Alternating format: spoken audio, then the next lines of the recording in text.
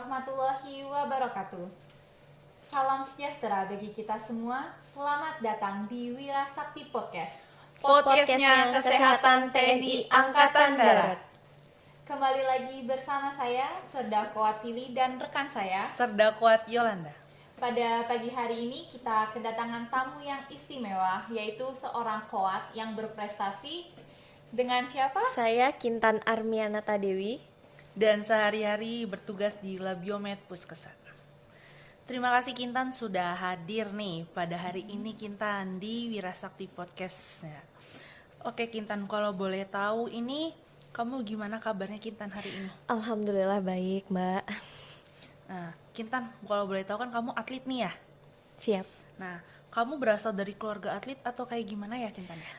Kebetulan memang ayah dan adik-adik saya atlet.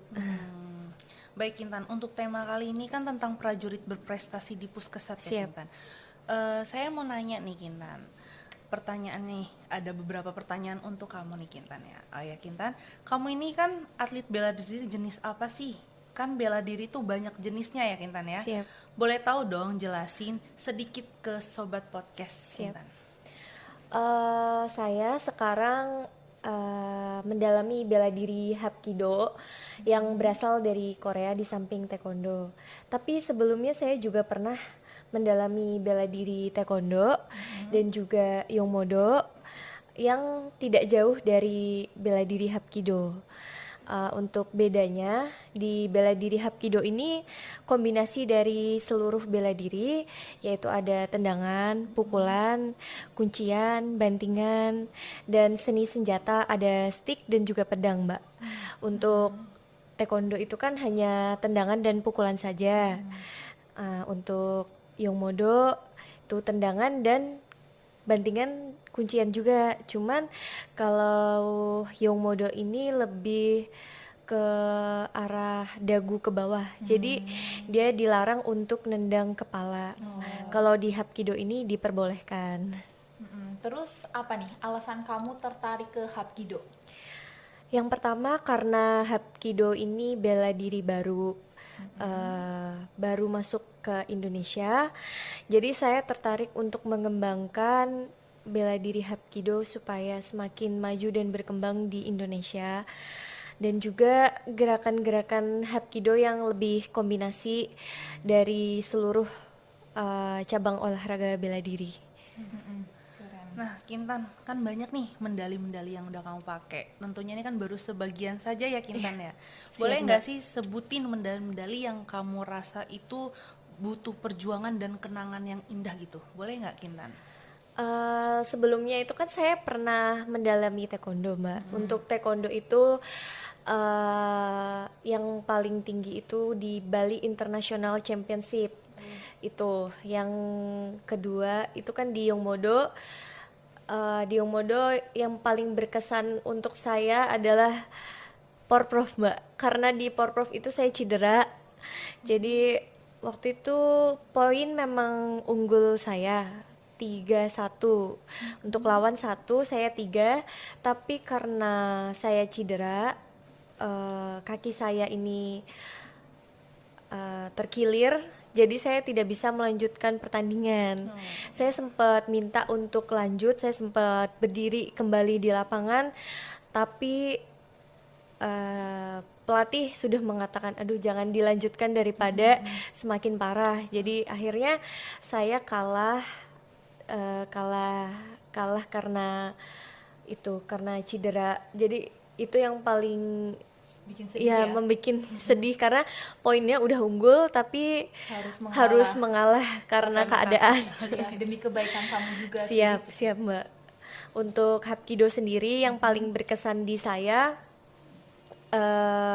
pra Porprov dan PON. Untuk pra Porprov sendiri kenapa bisa berkesan di saya? Karena di pra Porprov ini saya kan sebelumnya Yongmodo. Jadi saya dikasih waktu untuk latihan itu cuma 2 minggu, Mbak. 2 minggu untuk mendalami olahraga Hapkido sendiri. Langsung main ke Praporprov mewakili Kota Semarang, dan alhamdulillah di Praporprov Hapkido saya mendapatkan gelar pemain terbaik putri. Iya, keren, tepuk banget. tangan dulu. Keren banget kamu Kintan. Ini udah cocok jadi motivator ini Aduh. untuk adik-adik ke depannya nih. Siap, Mbak. Untuk PON sendiri kenapa bisa membekas di saya, karena untuk PON kan saya udah berstatus menikah. Jadi selama TC Training Center 4 bulan di Jawa Tengah, saya harus meninggalkan suami saya, jauh dari keluarga, dan tentunya berat juga meninggalkan suami saya karena eh, harus membagi waktu jadi istri, jadi atlet, juga jadi seorang tentara nasional Indonesia Angkatan Darat. Jadi itu yang menurut saya membekas, karena juga sebelumnya kan saya memang bercita-cita untuk menjadi atlet PON. Alhamdulillah terwujud di saat saya sudah berkeluarga gitu. Alhamdulillah ya. Oh ya nih, kalau boleh tahu Kintan, siapa yang memotivasi kamu sampai kamu bisa jadi atlet yang berprestasi sampai sekarang ini?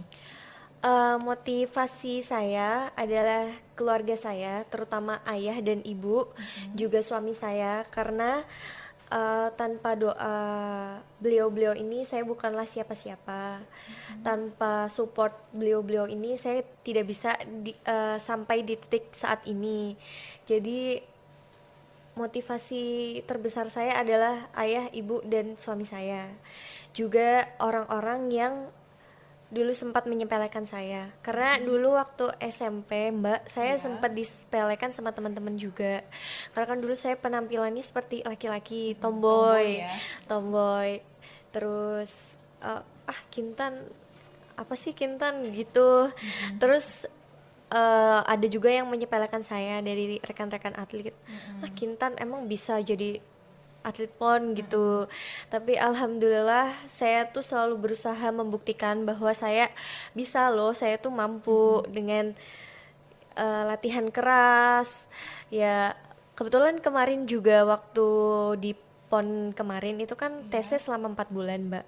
Itu latihan setiap pagi, siang, dan sore. Jadi pagi itu di jam 6 sampai jam 8 pagi. Untuk siangnya jam 10 sampai dengan jam 12 siang. Untuk sorenya jam 4 sampai dengan jam 6. Jadi itu sangat menguras tenaga sekali, Mbak. Padat banget ya waktunya. Siap, ya, Mbak. Siap. Tapi alhamdulillahnya membuahkan hasil yang maksimal. Alhamdulillah saya bisa naik podium di PON 21. Di PON 21 ini saya alhamdulillah bisa naik podium di juara 3. Alhamdulillah. Kemarin saya dapat mainnya di Aceh. Iya, keren. Puskesat bangga punya kamu Kintan. Alhamdulillah, Mbak. Oke Kintan, gimana sih kamu kan udah menjadi seorang istri ya? Gimana sih kamu cara membagi waktu nih, kan kamu atlet iya, prajurit iya, terus kamu juga seorang istri. Gimana sih, saya mau tahu cara bagi waktunya kamu? Alhamdulillah kan saya selaku prajurit TNI AD, alhamdulillah komandan saya itu memberikan izin untuk melaksanakan TC selama 4 bulan di Jawa Tengah. Sentralisasinya di Semarang di Batalion 400 Raider, Mbak. Nah, saya ngemes sama teman-teman atlet Jawa Tengah. Jadi meninggalkan keluarga, meninggalkan suami yang tentunya itu berat buat saya. Tapi alhamdulillah suami selalu mensupport dan mendukung apapun keputusan saya. Jadi itu yang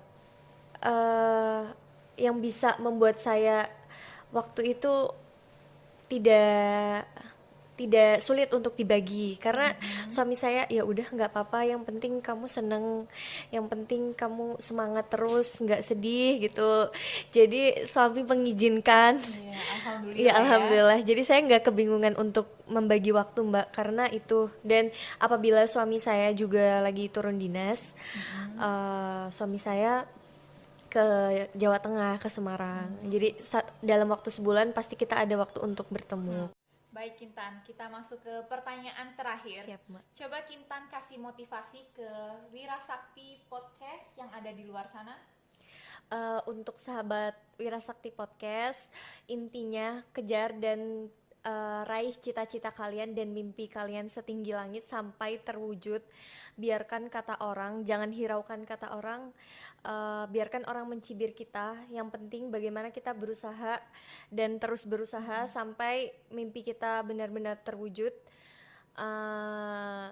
Kalau kata ayah saya, terbentur, dan terbentuk. Jadi intinya tetap berusaha dan jangan putus asa. Terbentur, dan terbentuk ya sahabat Wirasakti Podcast di luar sana. Baik Intan, terima kasih banyak atas waktunya yang telah menyempatkan hadir di Wirasakti Podcast. Semoga apa yang telah Kintan berikan dan sampaikan kepada sahabat Wirasakti Podcast dapat memotivasi sahabat-sahabat di luar sana. Ya, sahabat podcast, sampai jumpa di episode Wirasakti Podcast. Podcastnya Kesehatan TNI Angkatan Darat. Puskesat, kami siap bertugas.